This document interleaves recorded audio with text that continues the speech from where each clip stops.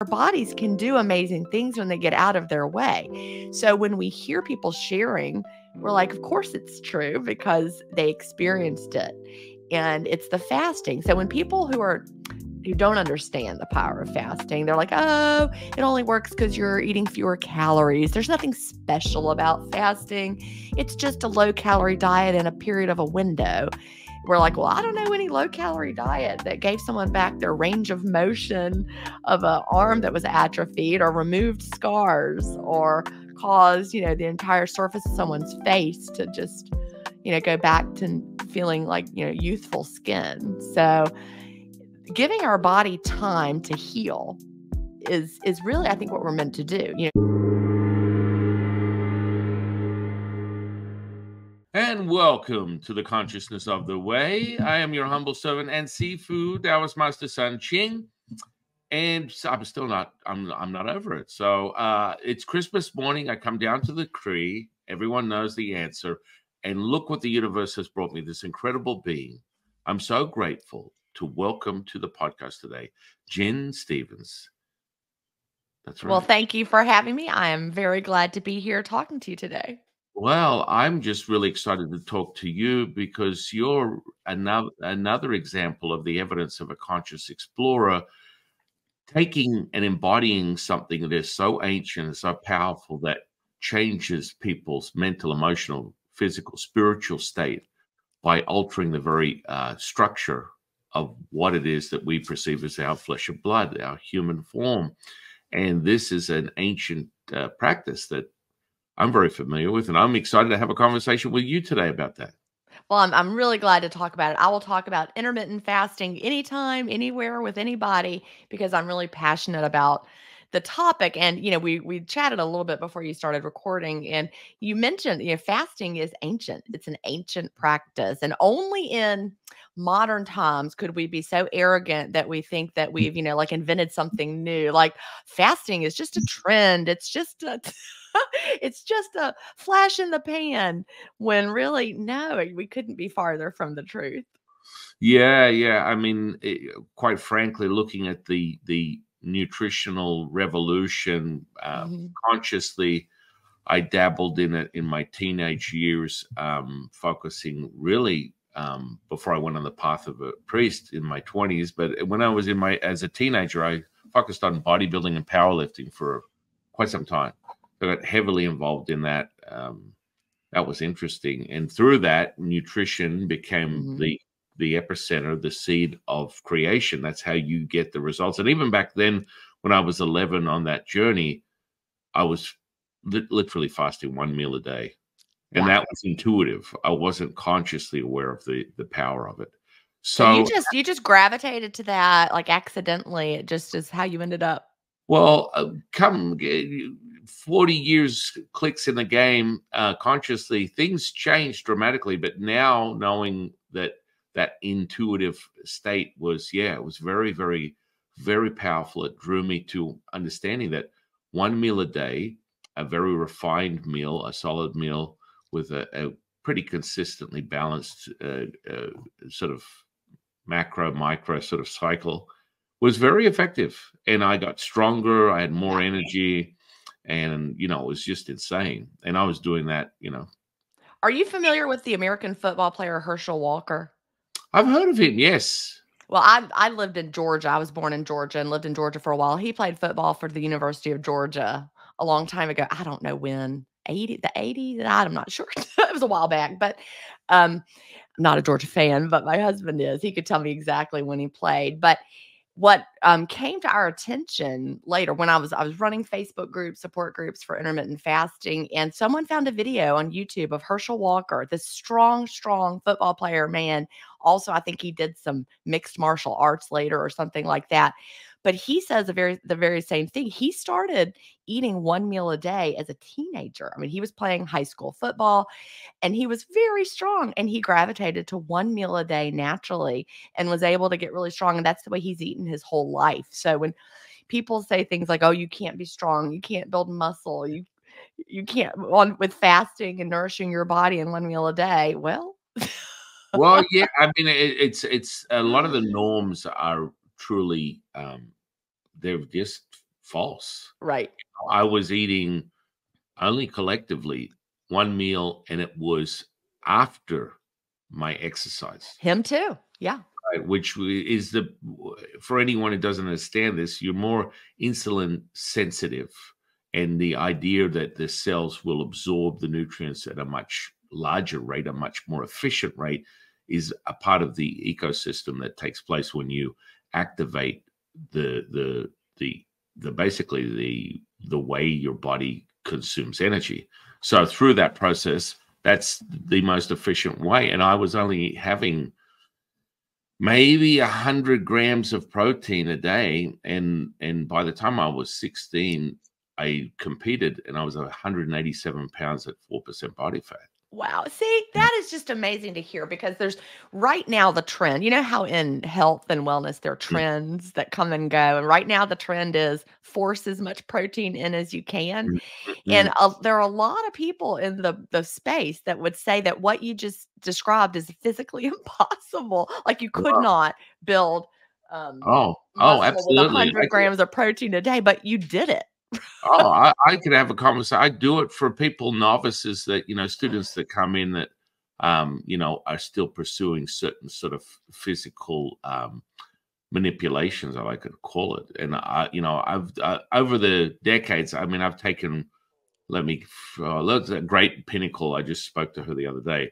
This woman at the time, she just had twins, Right. and basically in 10 weeks, I took her to, and this was not recommended by any stretch of the imagination. She was a little obsessive compulsive, but she got down to 5% body fat, ripped abs, veins through her abs, using MCT oil and other types of processes with the energy pathways that made it very efficient for her to look like she was an 18-year-old. And she just gave birth. She was 42.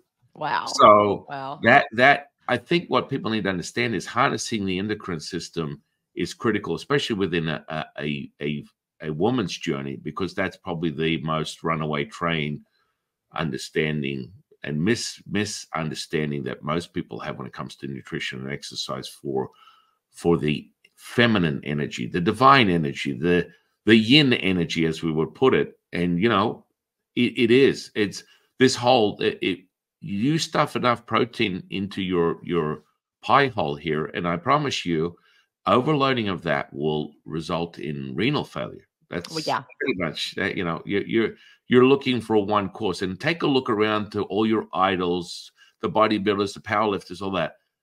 They crash and burn. They don't make it past 80. Schwarzenegger is a rarity, and he has yet to hit 80, or I think he did this year or last year. But now he has to hold that, what we call in Taoism, resonance. So he has to Mhm. hold that, but his constitution is almost spent. And Like if you look from has he yeah, gone plant-based? From for some reason, I feel I like mean, he's gone he should. plant-based. I He think he should. might have. I don't know. I could be making that up, but I feel Yeah. like he might be more plant-based these days. I Yeah, don't I know. mean, he should. He really should. Yeah. He should really take a closer look, because his constitution is way down. So energetically, that's really the main source of energy for anybody. And if you have a very low Jing level, it's problematic, i.e., premature death. I'm Mhm. nothing big. Don't worry about it. It's not a big deal. But I mean, so the understanding, people always that they don't understand why the power of fasting is so miraculous. But I would love for you to share with our audience first a little tiny bit about you leading up to this point, and then let's get down with this incredible magical mystery ride that I call it resting, but fasting. Well, I would love to talk about it. I'll tell you my story just a little bit. I'm 54, and like so many people listening, I had a period of time when I really struggled with my weight. I was a school teacher. I have two sons. They're now 24 and 26.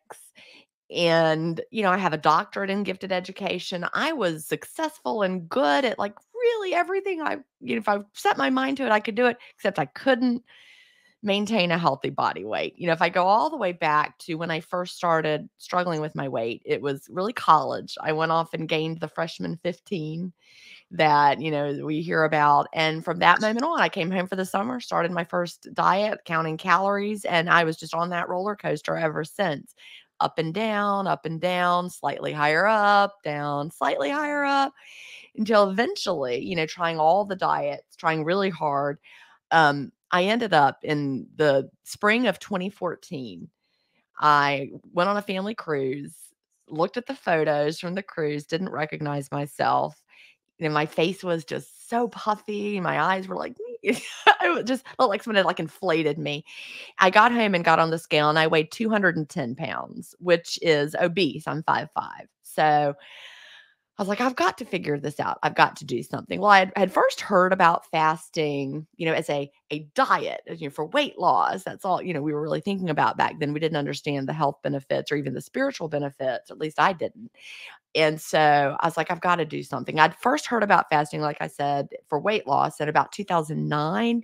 And I would dabble here and there, but I didn't understand it enough to stick to it or give it time. I didn't understand how the body had to adapt, metabolic flexibility, all of that. So I would just dabble here and there. It never worked.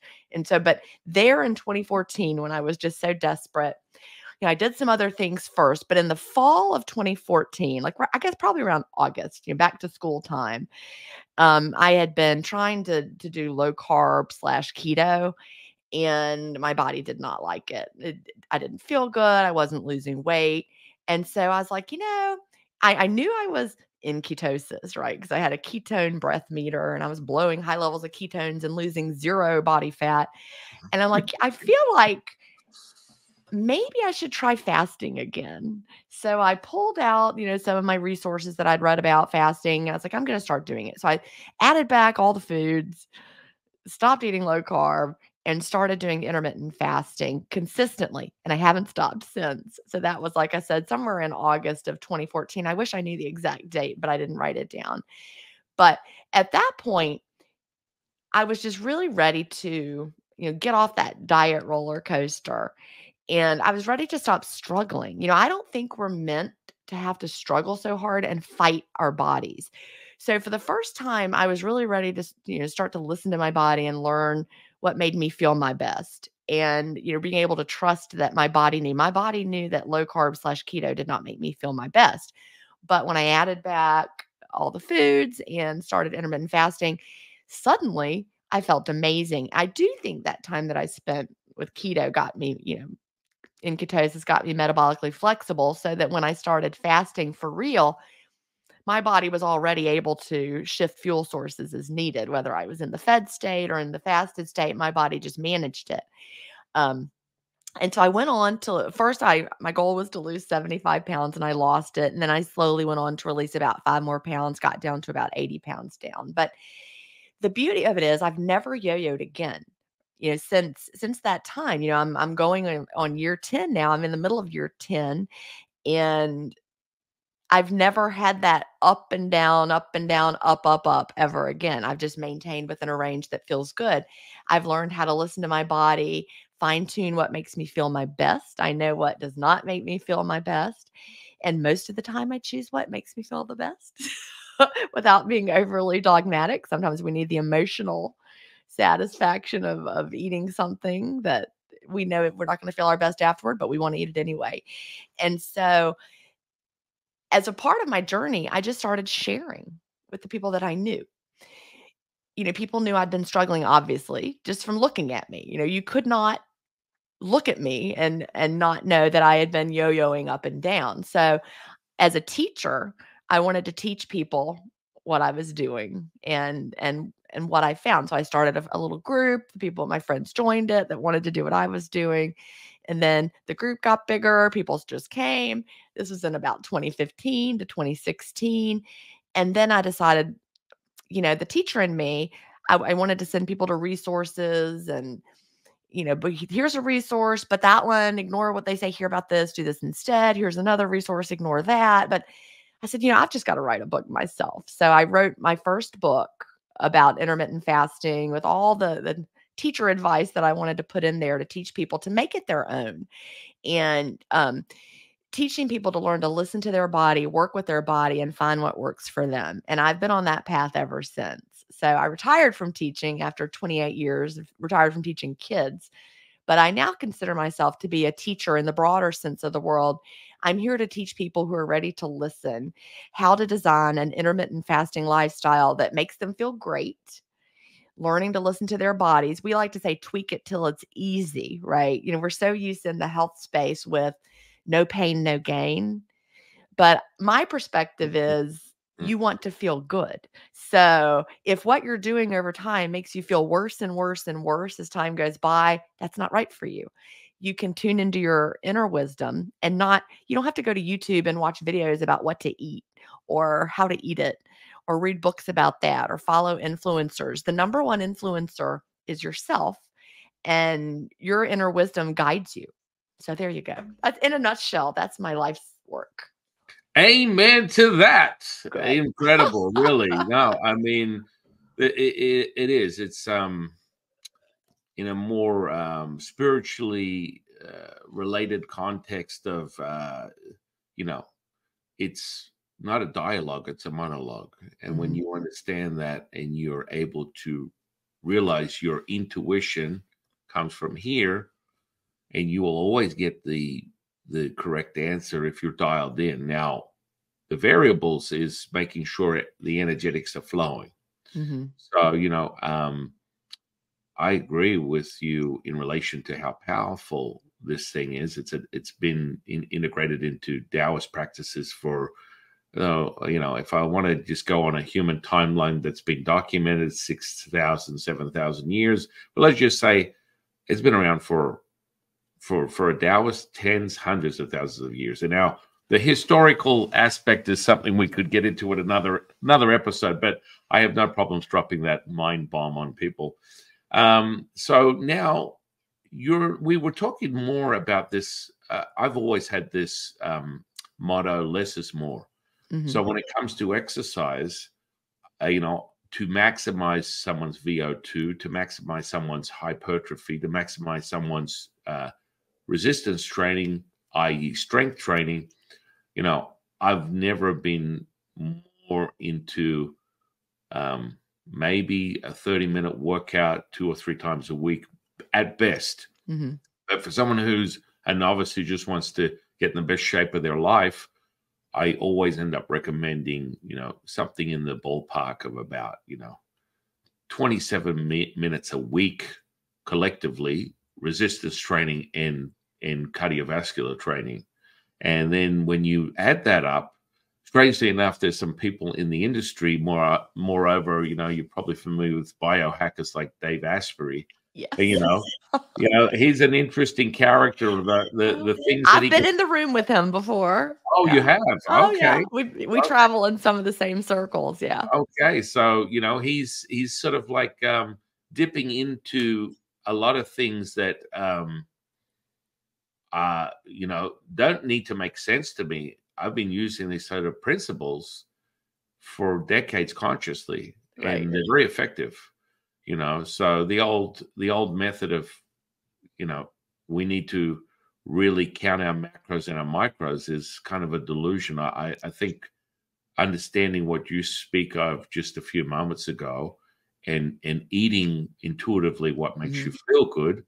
Now, what is your general consensus or understanding of what sort of strategy would you use for a novice that came in there? What kind of windows of eating would you use for someone who's just getting in the game?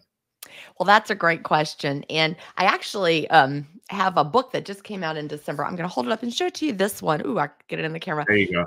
28-day fast start day by day. And it's actually, for your first 28 days, it's got everything in there you can see, and it walks you through choosing the eating window that's going to help you adapt. And it's based on one of the chapters of Fast, Feast, Repeat. The 28-day fast start was one chapter in this very, very long book. And so this one came out in 2020. And so people would get this book, and there's a lot in there, and it would just too much information for someone starting out. So I said, okay, it's time to go back and have something that's a little more like day by day what to do. So there's like 3 different ways you can begin depending on, you. Are you someone that wants to rip the Band-Aid off? Even with rip the Band-Aid off, you're not starting with a tiny little short eating window because you're learning how to do something new. But you are going to build up as the weeks go on. But you choose where you want to begin, and then every day you check in with yourself. Like maybe you chose the ease-in plan where you're starting with just 12 hours of eating window, 12 hours of fasting, 12 hours of eating. Or maybe you are rip off the Band-Aid and all you're doing is just skipping breakfast at the beginning, but you're going to shrink that window over time. And at any time you check in with yourself and say, what I'm doing is it's so easy. I can be a little more ambitious. Or someone in my community today, he was like, I'm on day 2. I tried to have a 6-hour window yesterday. Then I was starving and I ate too much. I'm like, you need to back off. I said, let me guess, you're doing rip off the Band-Aid. He said, yes. I said, don't do that one. You respond to what's happening day to day. And so that check-in time, like in the morning, you check in. There's the teacher in me really came out because there's a write-in component. This is what I have planned for today. This is what I'm going to do. And then you see how there's a lesson from me every day.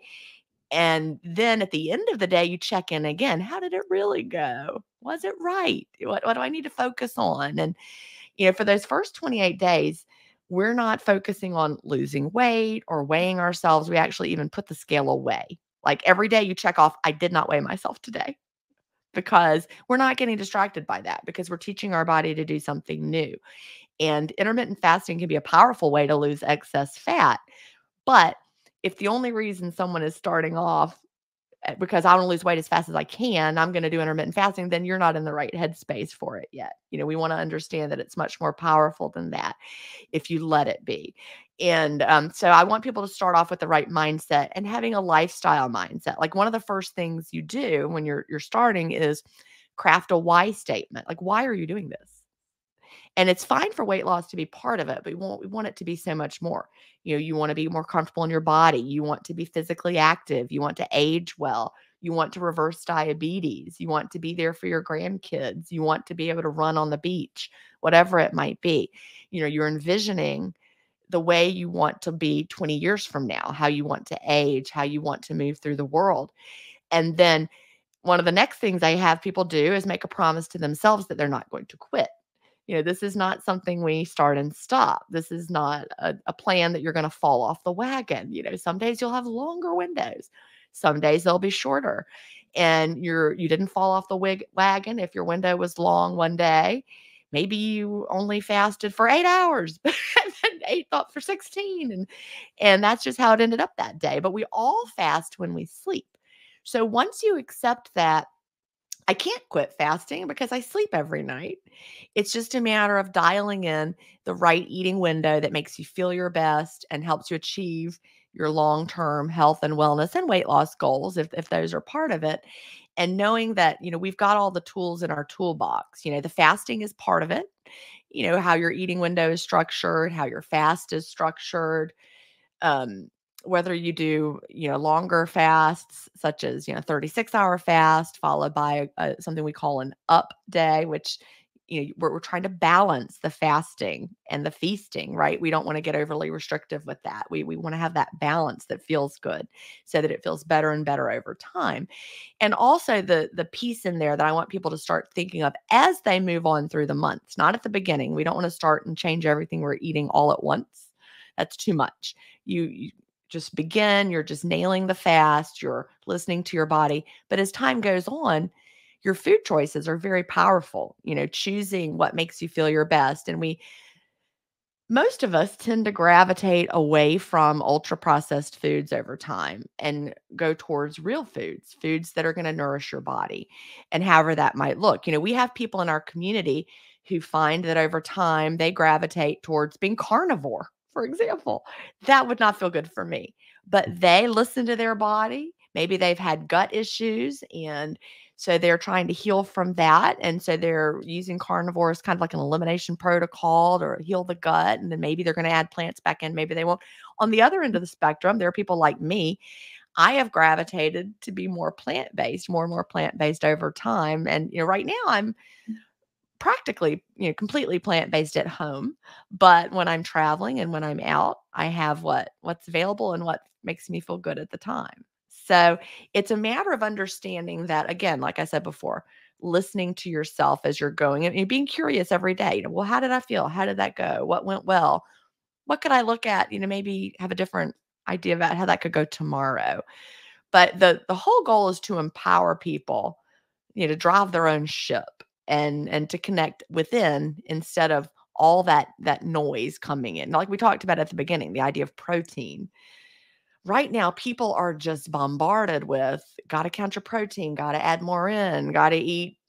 I like original recommendations were something like 1 gram per kilogram, and now they're like, no, it's 1 gram per pound. I'm like, who's even gonna do that? Well, well, it's so funny you say that. For bodybuilding, that's been around since the beginning of time. That Yeah, that whole weight, the pound per body, 1 pound of protein per pound of body weight. right. That's been around. That's old school Arnold from the 70s. And it's problematic. I mean, if you just look at this is a problem. People don't remember, from every generational 20-year clip, they have this absence or, amnesia that's conveniently created from, society and an environment. But, diets in of itself are problematic, Mhm. and they're cyclic. They cycle through time. Yeah, Guys, keto, paleo, all that sort of stuff. My goodness, I was using that very foundation of that processes, understanding energy within the physical body 40 years ago. And then, yeah, that was again something that had been beaten down back in the 70s when Atkins offered that to the world. But let's see where his very short-lived life ended. And that was due to decisions he made. But let's be right. honest, I think he died of a heart attack. So, hey, well, That's don't worry what about yeah, that's what they say. so I Yeah. mean, you need to remember, it's just like, oh my goodness, I just woke up this morning and Puff Daddy and Vanilla Ice are original music composers and they're just geniuses. This is problematic when you start realizing that, and I use that as a reference because history repeats itself. When Vanilla Ice ripped off the very basically the Under Pressure and turned it Yes. into Ice Ice Baby, everyone thought he was a genius. Hang on a second. Kids don't remember that that was created by two incredible musicians 2 decades beforehand. But hey, look, don't worry about that. That's not important. So we go back to how the human body adapts.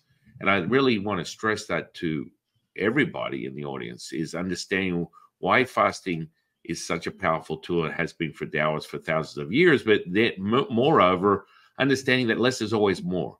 Yeah, You are in possession of a basically perfection. So this physical body can adjust and pivot with little to no extra ingredients added. So you need to realize that you can perform just because you see an ad that tells you you need to be deficient in this, you need more of that, you need this and that. You need to take a breath. You need to step back and you need to realize that your body works most efficiently with less external disturbance.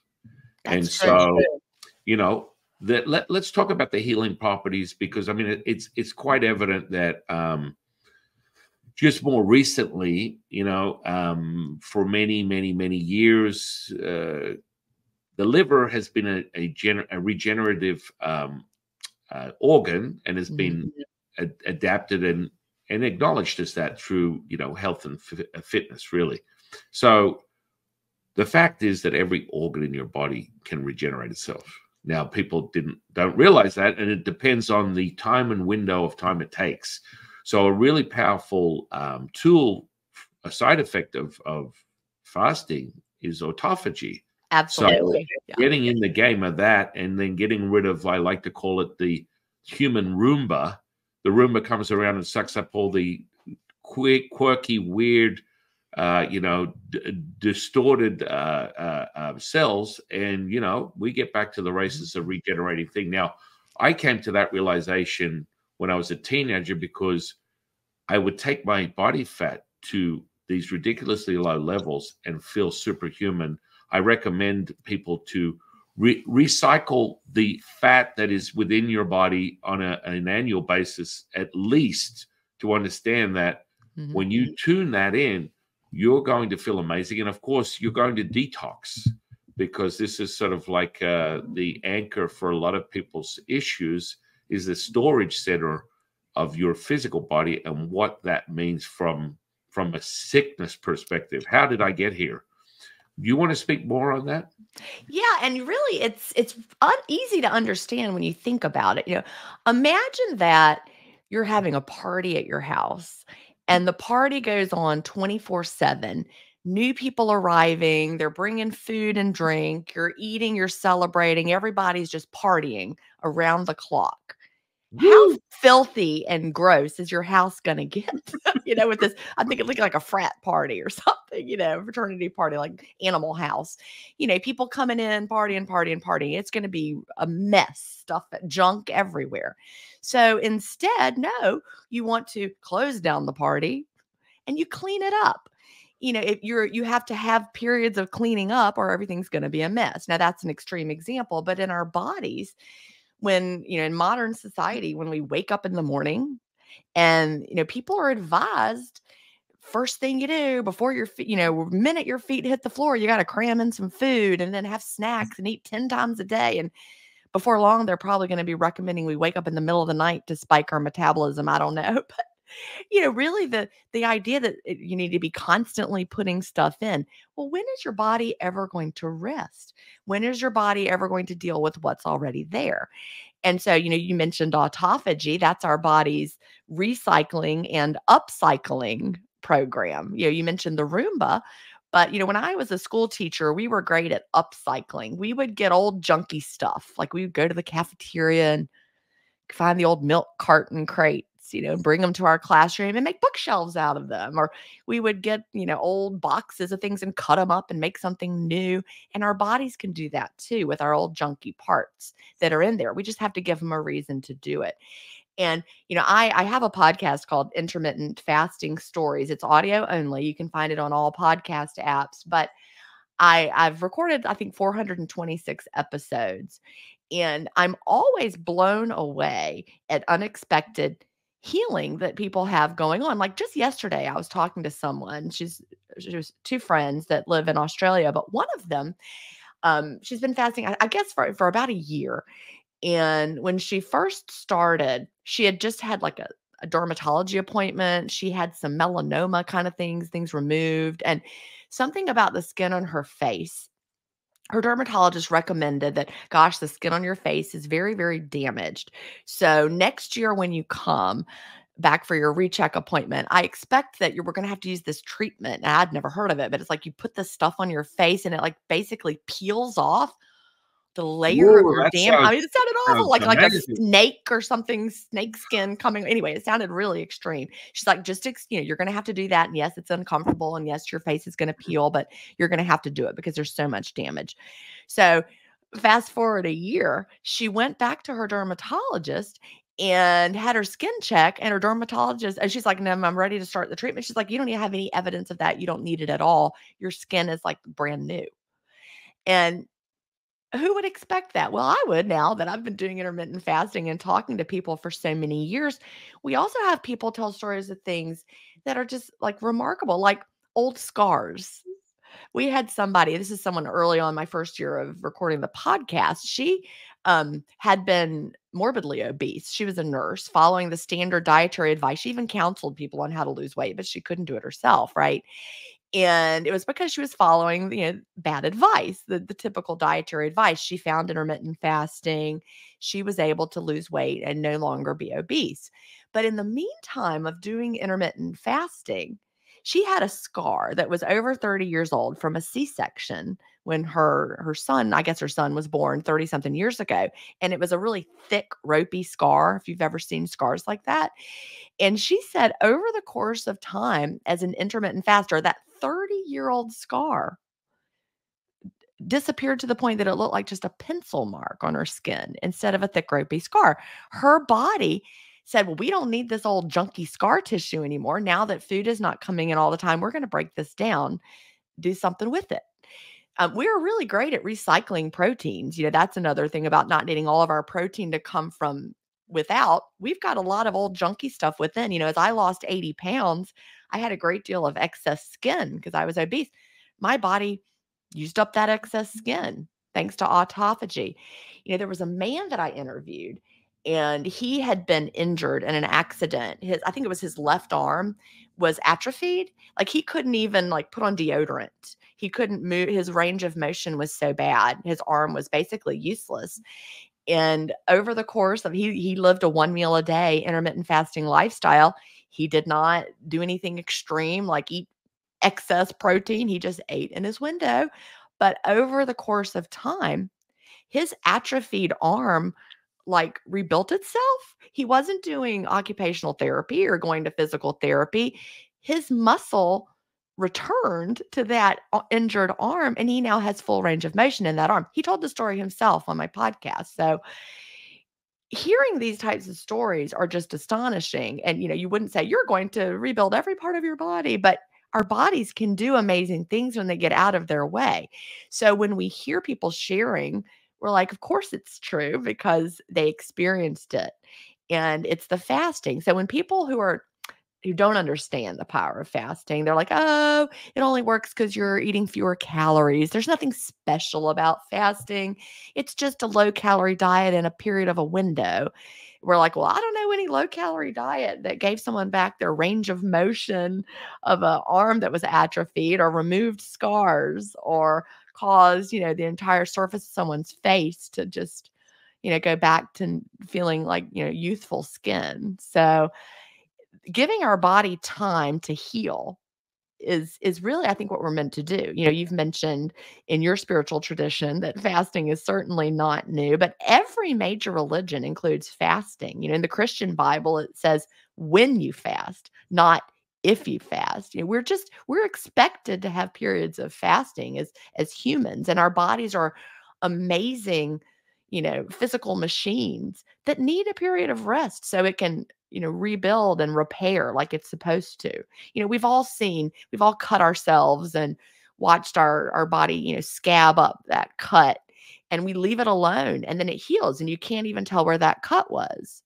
But if every day you pick it, pick it, pick it, pick it, you don't give it time to heal, it's going to get worse and worse.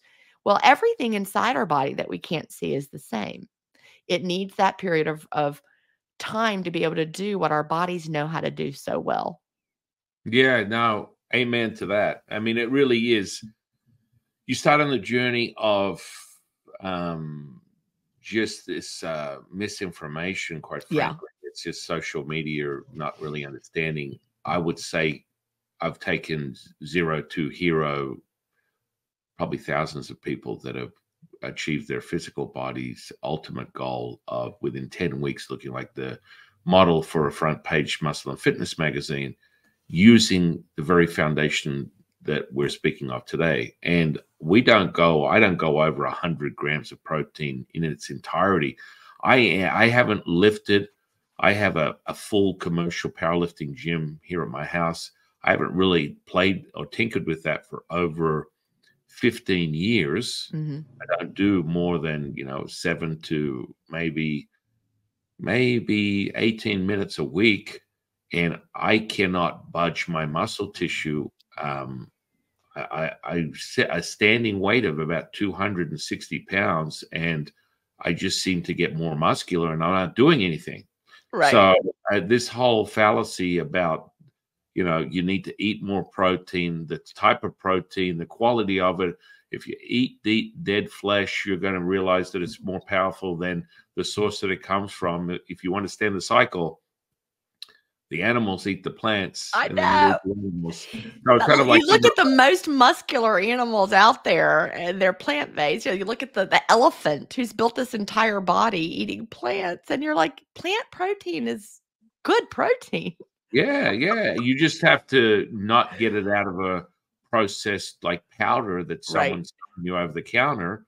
And you have to realize that, the efficient way to do it is to listen to your body. If you Mhm. want to demystify the epidemic that most people would talk about, which is metabolic disorder, which comes right down to 100%, well, I would say, let's be conservative, 99% of sickness is related to what you put in your mouth. Yeah. And basically, 99% of the diabetic epidemic that we're experiencing is because you have their clinical definition of metabolic disorder that comes down to you being fooled that you're, oh, it's what I'm eating, how I'm eating. Yeah, if you're eating laced trans fats and Yeah. seed oils that will literally jam your whole body's ability to process and elevate inflammation, then you go and you do simple things like you have a really busy lifestyle.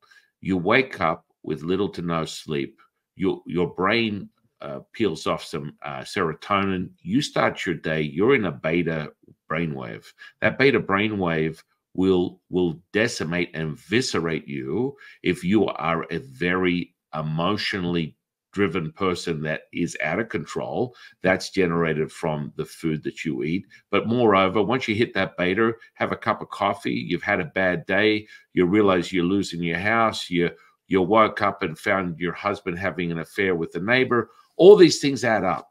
Right. And what happens is what I tell people, that emotional content will be the spearhead and the very unraveling, because when people, they talk to me about this, well, Jiffu, I was just feeling, they tell me to just exercise to take the edge off. Well, no, because fasting is a form of stress like anything else, and you become a master at it. Your Right. body becomes more efficient. So there's less effort to generate a result, which is very relevant and pertinent to the emotional content, because that drives your sickness more than anything. Now, this is ancient, and as ancient as fasting is, so is the understanding your emotions don't control you, you control your emotions. So from a Taoist perspective, that's the first thing we move off the table, is understanding how to master your emotional state, because that is what translates into a manifestation of physical sickness. And So can I pop in with something there yeah, that I think is really important? And,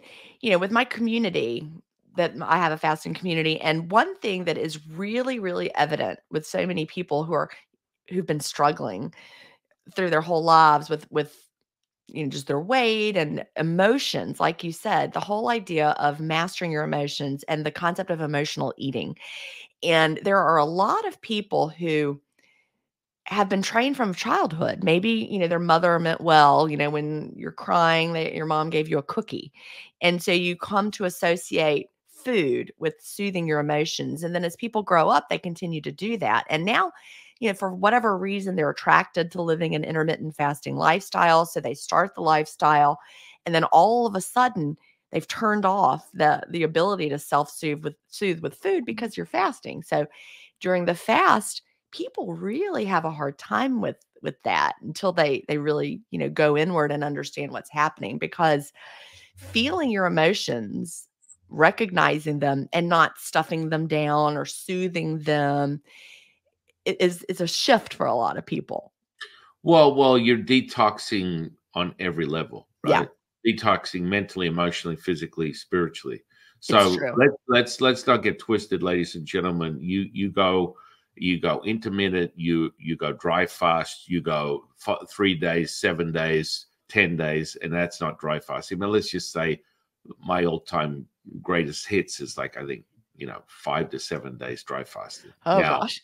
that is super powerful. But if you have the proverbial garbage, you're going to experience in that from a toxicity level coming out of your body. Yeah. It's got to be realized. So Mhm. there will not be an absence of a true what's the expression, coming to Jesus or whatever you want to call it. You're going to have a realization that, what have I stored within my Mhm. body? This comes down to the emotional content. So, one of the first things that we do is master that and understand Mhm. where that comes from. And so, generally speaking, within moments, I can get people in a state where they feel like they've had 5 pina coladas of full body massage in 10 days in the Bahamas. When you understand how to master the neural network, Mhm. that sort of is a commandeering of where you're going physically, all bets are off. Now, the energetic stuff is the pillar of all things. Now we start regressing back to the physicality on sort of like the messenger, right? So Mhm. from a Bruce Lipton perspective, from an epigenetic Yeah, I'm a understanding. big fan of Bruce Lipton. Okay, so the culture medium, the blood, is using the alchemical response of a thought, feeling, emotion that is produced from your pituitary thalamus and uh, uh, um, what's the other one? Pituitary thalamus and pineal gland. Now Uh-huh. we call that the three treasures, right? So that's where the alchemical process starts. Now you can then use that to puppeteer and switch on and off your gene expression. This is not a figment of your imagination. When you level up on this level of consciousness through the practices I teach, it's like you can freeze frame, you can stop time, start time, move things around. But these are practices that first you must become conscious. So if Mhm. you're emotional, you're unconscious, ladies and gentlemen, Right. just so you know. So Yeah. the unconscious state goes on all day long. So what does that mean? I'm angry. I'm not unconscious. I'm angry. I hate that person. Yes. And with that hatred comes a spearhead of 1,500 biochemical responses that are detrimental to the very essence of who you are. Right. And it happens instantaneously. So understanding these fundamentals, knowing that you can heal your body, for all, the funny part is, it's like, you want to get plastic surgery, you want to get a tummy tuck, all that kind of stuff. Listen to me. I've been giving people virtual, like spiritual tummy tucks for 40 years, using the tools of the emotions, the energetics. And just, if you don't want to get down with that and you just want to use fasting, you will watch that your stretch marks disappear before your very eyes. Because, as we're talking about, the whole ability to make protein and to process and to disperse is the very function of the human body. Yep. And so this is where I think Jen and I are, we come together as a collective, and the consensus within the community is in problematic, in my opinion. I witnessed it for 40 years, where people Mhm. just overload with this unnecessary amount of food, i.e. protein.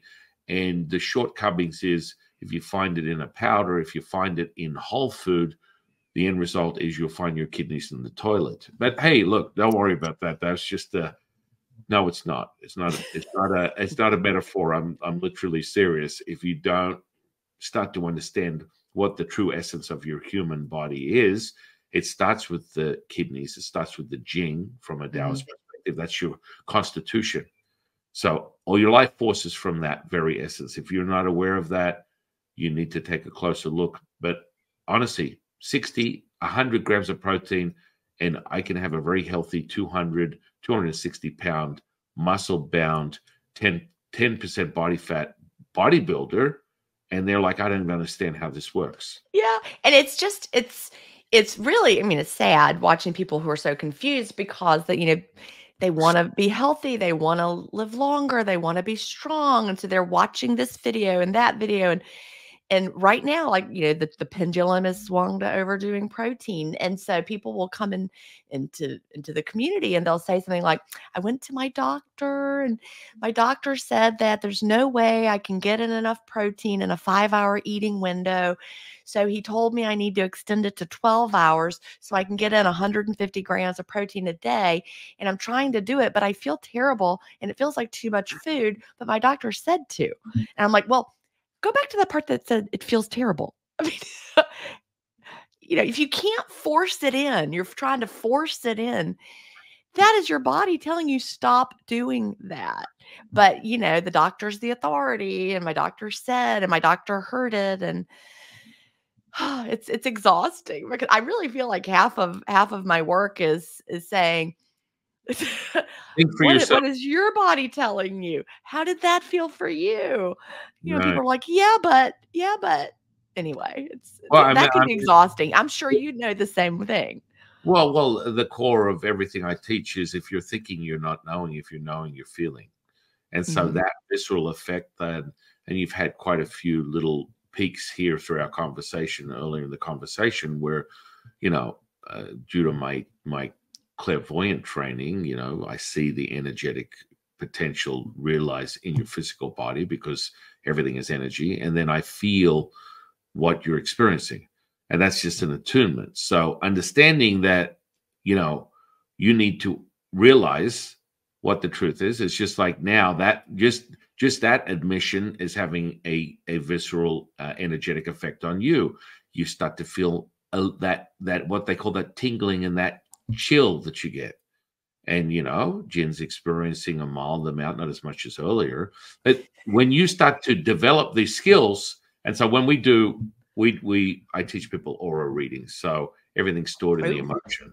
yeah. And so you look at the first 9 energy centers of the the body, and the 5 vital organs, and they all have emotions and virtues, and people have excessive emotions.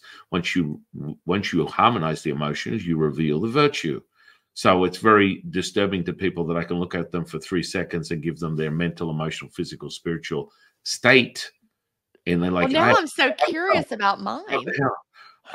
You know, it can be problematic in the sense that when people they go, oh yeah, give me the reading. I always start at the bottom. So what happens is, if I start from the Earth Center, which is the first energy center for a Taoist, then more traditionally someone would refer to the chakras, which is more a Hindu-based processes. Mhm. We call them dantians, which means energy field.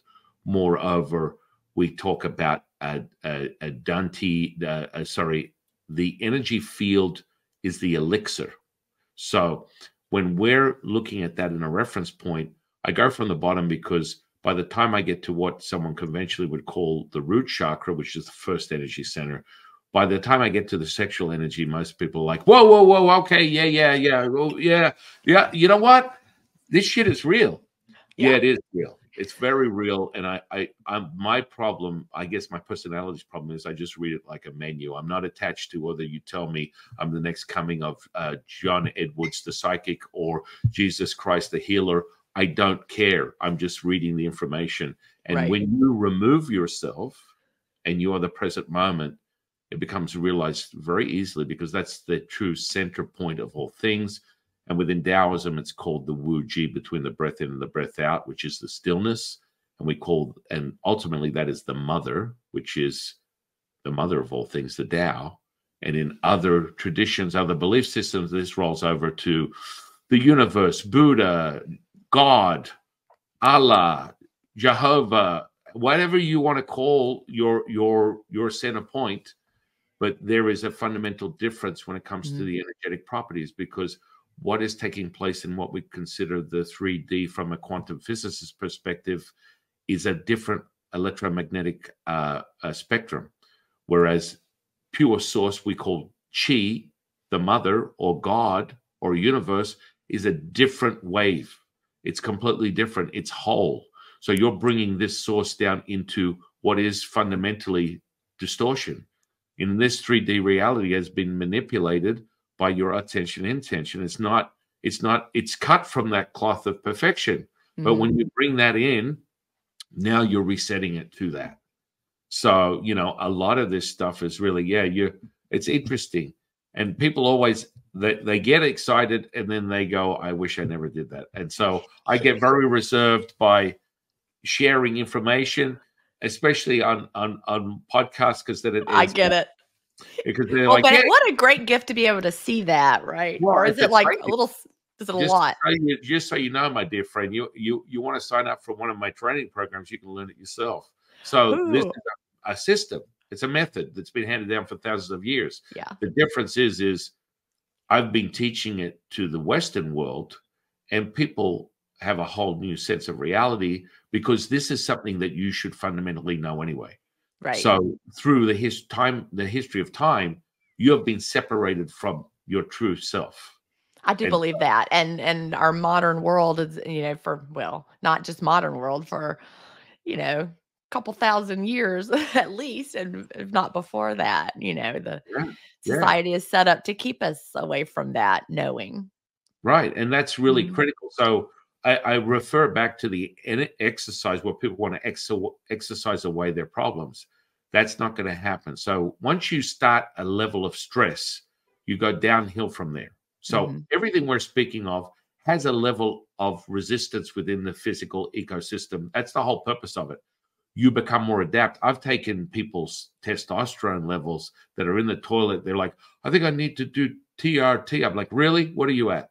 Oh, I'm at 300 and my freeze at like 0.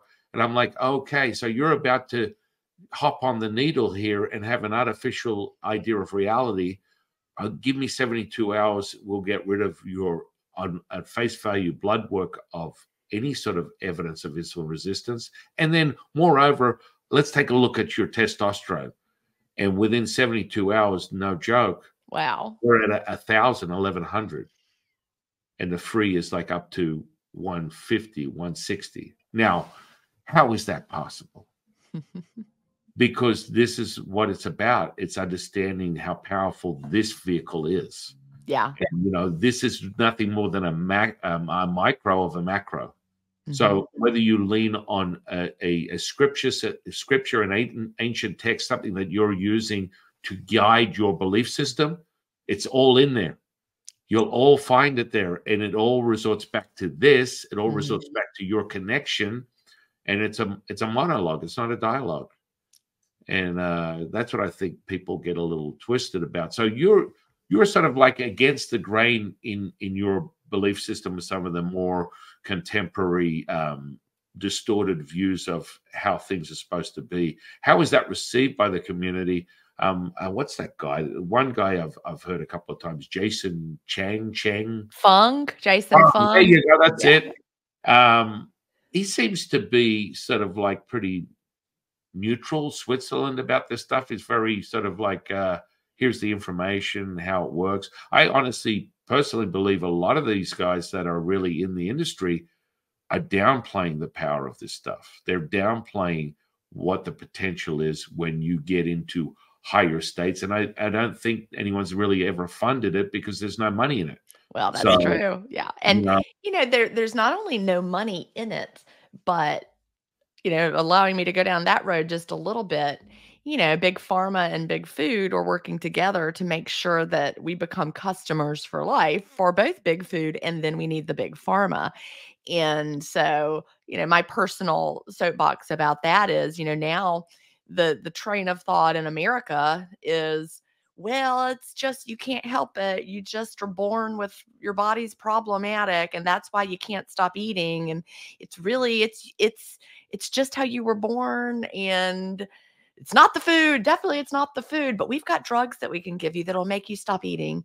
And then you'll finally feel better. I mean, it's like, what? With the weight loss drugs that, people in our community all the time are coming in. They're like, I've lost a lot of weight. And people are like, oh, you're taking, the drugs. And they're like, no, I'm not taking the drugs. But it's almost becoming like the expectation.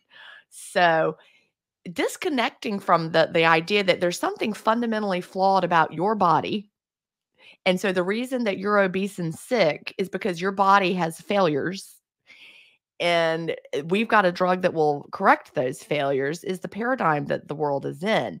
And so, like, they kind of have up-leveled the negativity towards fasting. I don't know if you follow the news at all, but in a couple no, months, do you remember the thing oh, they I said about it's heard. gonna give you heart attacks, fasting's gonna give you heart. I mean, just so people know, I don't, I can't remember the order, but I think the heart and the liver or heart and kidneys are the first organs to start regenerating when you get on your autophagy pathway. Right, So the right. idea that they're peddling propaganda or nonsense Mhm. like that is really actually offensive. Well, don't skip meals, eat our cereal, eat our protein bars, that's what you need. And so it's really when you look for it, you see it there, they want to discourage you from eating real food. and they want to discourage you from taking your health in your own hands and fasting. And so, if you're somebody who's easily scared, then, the news, I mean, I got so many emails and messages. They're like, "Oh my God, my daughter just said this to me. Is fasting going to give me a heart attack?" I'm like, "Well, let's think about it. Look at all your biometrics. Are you healthier now than you used to be?" When I weighed 210 pounds and I was obese, was I more likely to have a heart attack then? Probably. Versus now, when I take good care of my body and I'm at a healthy weight and I'm maintaining it and I eat real healthy foods, it doesn't even make any sense. But people just see those headlines and then they get scared. Then you dig in and you realize the people that they said were fasting and having the heart attacks were not actually fasting. They just skipped some meals 18 years ago and then they applied that and said they were fasting. I'm like, actual fasting intentionally is very different from I skipped a meal yesterday. It's not the same thing at Well, all. yeah, I mean, if you're set up to literally hammer yourself with these insulin spikes, Yes. just so you know, everything is insulinogenic. It's true. It And so people will be like, they'll wake up in the morning and drink coffee with cream and sugar. And they're like, I haven't eaten at all today. They're like, well, you've been having that's well, cream and sugar. That's that's not that's straight fasting. away. I mean, ultimately the goal is to purify, and most people tend to sort of crutch. Old school fasting for me was always either dry or water, Mhm. not this. Oh, you can have coffee and tea and this and that, and it. Listen, however you get there, it's quite a clear evidence in how your body becomes more efficient that you don't have to be as militant as what I was speaking of, but it certainly gets you there faster when you have a clear path and you're not being distorted, because one of the first things that you'll notice is if you've got any sort of like issues with food, your appetite will start to be suppressed. Mhm. Your desire for eating will be It's depressed, true. and it was sorry suppressed, and quite frankly, your energy will go up. And people are like, I've been doing this 24 hours. I feel jacked. I'm Yeah. like, damn straight you will. And the upside with something that a program I show people is you're cultivating energy. The core access of a Taoist is immortality. Now, yeah, people are like, that's ridiculous. Immortality. That's been going on for thousands of years within Taoist alchemy practice. That's why people travel the world to come and train in my processes, because it's the very essence.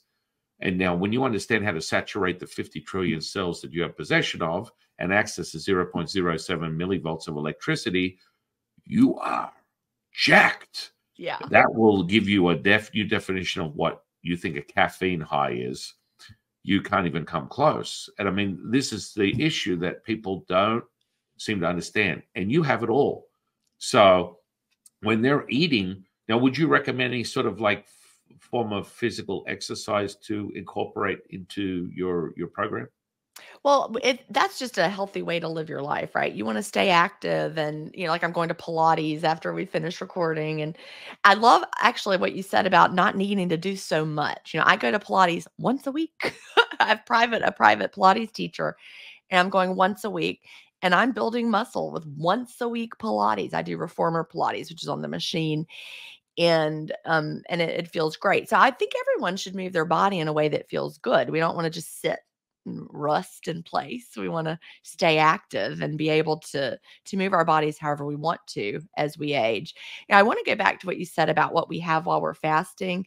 And in my community, we call it the clean fast, and plain water. It can also be plain sparkling water. We don't add flavors to it, because of the insulin response, like you talked about. When our brain thinks lemon coming in. We don't want to put lemon in our water while we're fasting, so we just drink the plain. We don't. We also include black coffee and plain tea, but like we mean like real coffee, real tea, not all the possible herbal teas. There are a lot of those out there, but basically, we do know that black coffee can stimulate autophagy. So when we think about, why we're fasting, what we want to keep insulin low, we want to tap into our fat stores for fuel, and we want to have increased autophagy. coffee and actual tea are not going to interfere with any of those three things. Now, you could certainly leave coffee and tea out if you would prefer. There's no reason why you cannot just do water only if you like to. But I do enjoy my black coffee every morning. Yeah, I mean, if you want to be really hardcore militant about it, you know, back in the 70s and 80s, you know, we had a different viewpoint. It's like you got to go hard or go home. But you Right. know, the cycle was very simple. You get up in the morning, and the Mhm. first thing you do is some form of movement. And if you do that, and you're in a ketosis Right. range, you will have a self-evident response where Yeah, and I you do all of will. my intentional exercise, like my Pilates. I do that in the fasted state. Like, I couldn't imagine eating before going. Doesn't Well, make any sense to right, me. right, right. And the exercise, do not be fearful of losing muscle tissue when you work out a couple of times a week and for a very short period of time. The window of time and the efficiency of what it is how you get the hormonal response that's necessary to maximize your results. I mean, you know, like I said, to my own admission, I haven't trained really 12, 15 years. I went back, I think it was last year. I walked into my gym and I pulled a 400-pound deadlift of like 5 reps, and I squatted over 300 pounds, and I had Wow. to lift the weight because this is the other thing. This whole method of you got to warm up for hours is nonsense. You Mhm. know, this is ridiculous. This is not exercise advice. I'm just letting you know, start realizing what you have possession of and look a little deeper yourself. Do your own sort of like exploration and seeking, and you will find the real answer. And it doesn't come in this 45 million hour marathon that just makes you want to, it kills your will to live. Yeah, and you You don't live. need a randomized control trial to know what what works for you. Right, You are right. your own study of one, your N equals 1 experiment along the way, and nobody can argue with the results that you're having and getting. You know, you're like, "Look, I've got muscle. I have not." You know, people will go to their trainer and they're doing intermittent fasting, and their trainer says, "Well, unless you use this protein powder or this pre-workout and do this whatever, your body is going to use up, it's gonna burn up all your muscle. It will literally turn your muscle to fat." And I'm like, "That doesn't even make sense." You know? Well, understand this, guys. If you've ever eaten meat, animal flesh, inside it, it has a marbling. That is Mhm, also relevant to you. So there's visceral sort of like fat.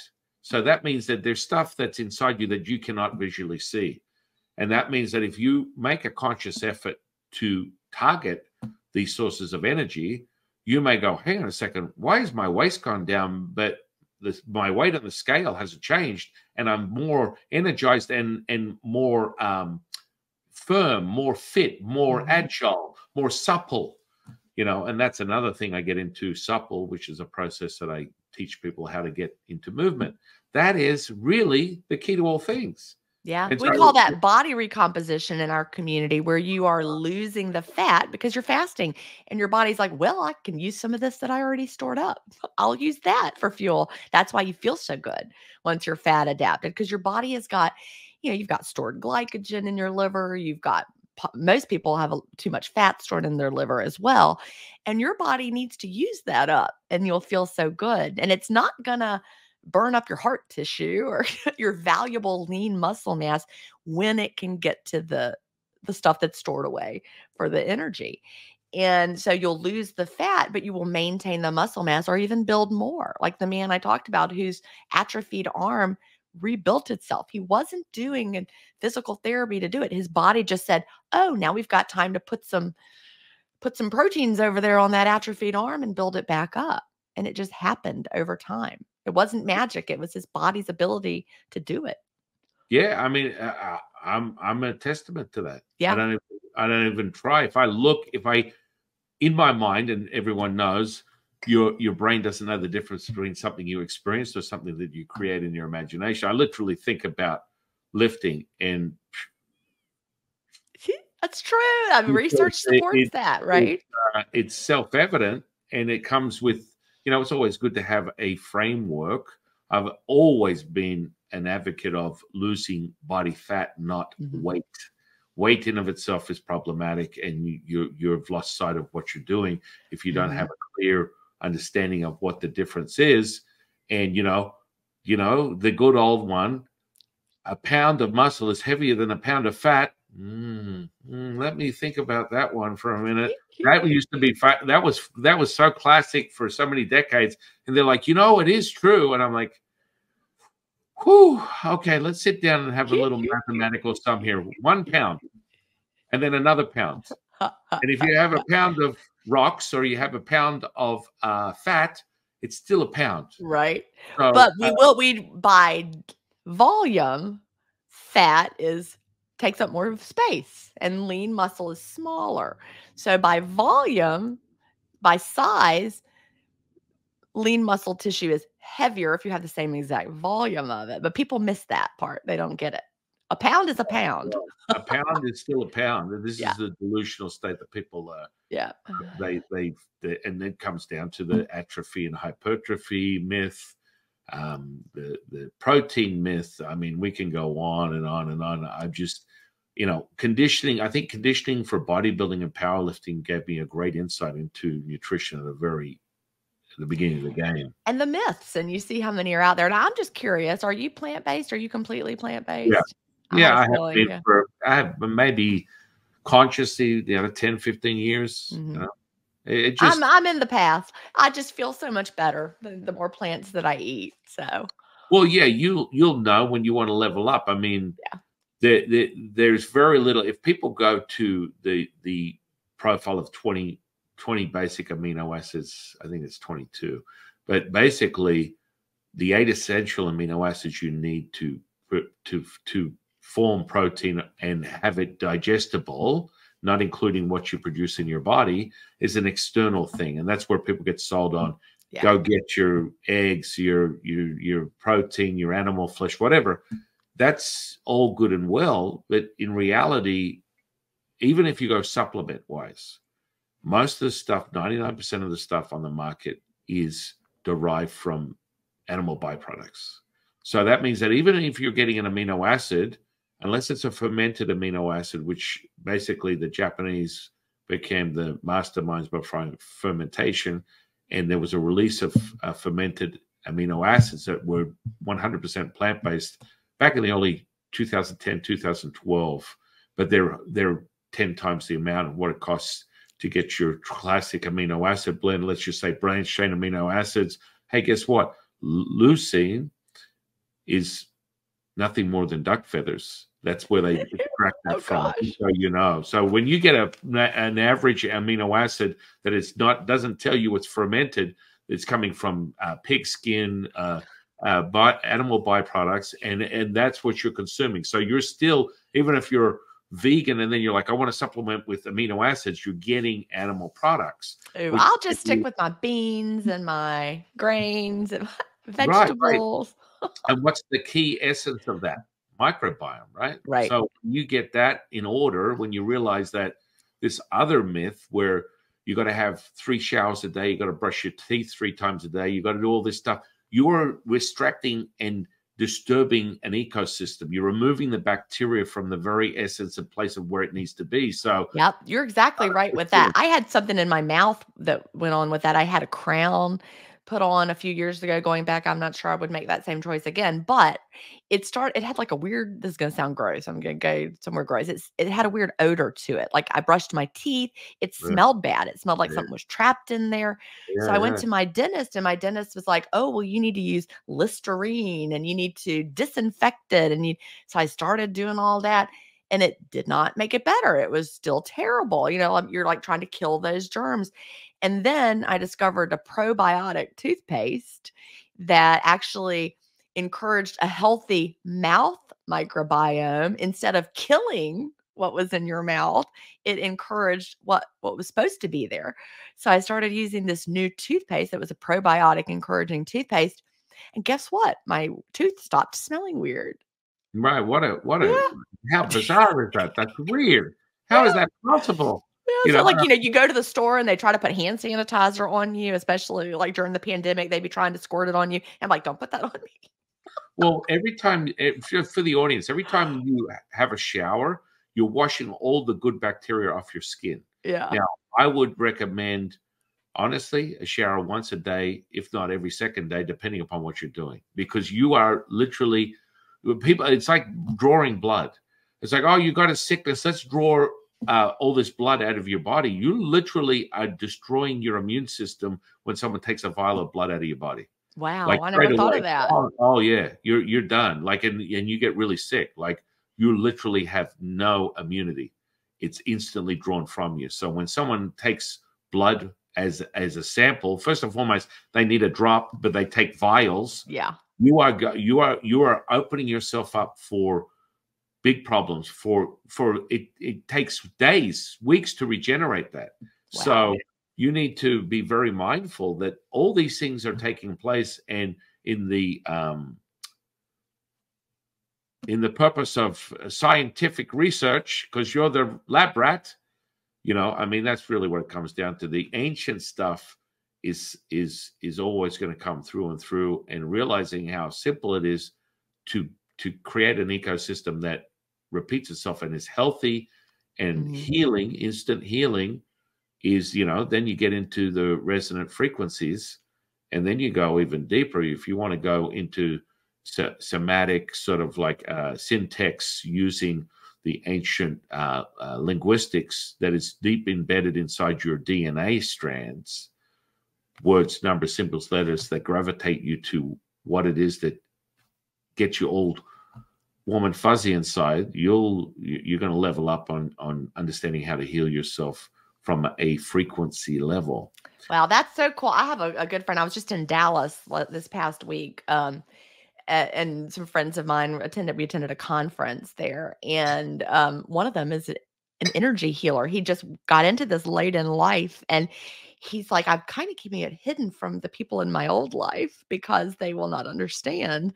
He's like, but I'm trying to figure out how to bring this to the world. But he does some things with energy healing, and it's been transformational, in his life and the lives of others that he's worked with. But I think more and more this type of stuff is coming out, and people are realizing, the current paradigm is broken. It's time to go back to that ancient wisdom and to rediscover it.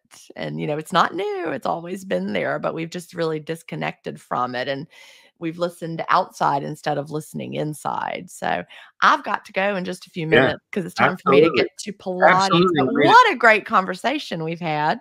Yeah, it's been amazing. And, insight is really critical. The last mention of that energetic component, I mean, most of the people that come to me are psychologists, psychiatrists, doctors, medical doctors, Chinese medicine doctors, chiropractors, healers, light workers, because this stuff is ancient. Right. And yes, to my own plug, I'm biased. Taoists are second to none when it comes to internal alchemy. The first thing I witnessed that got me on the spiritual, I had a hit of this. Most people I don't like hearing this.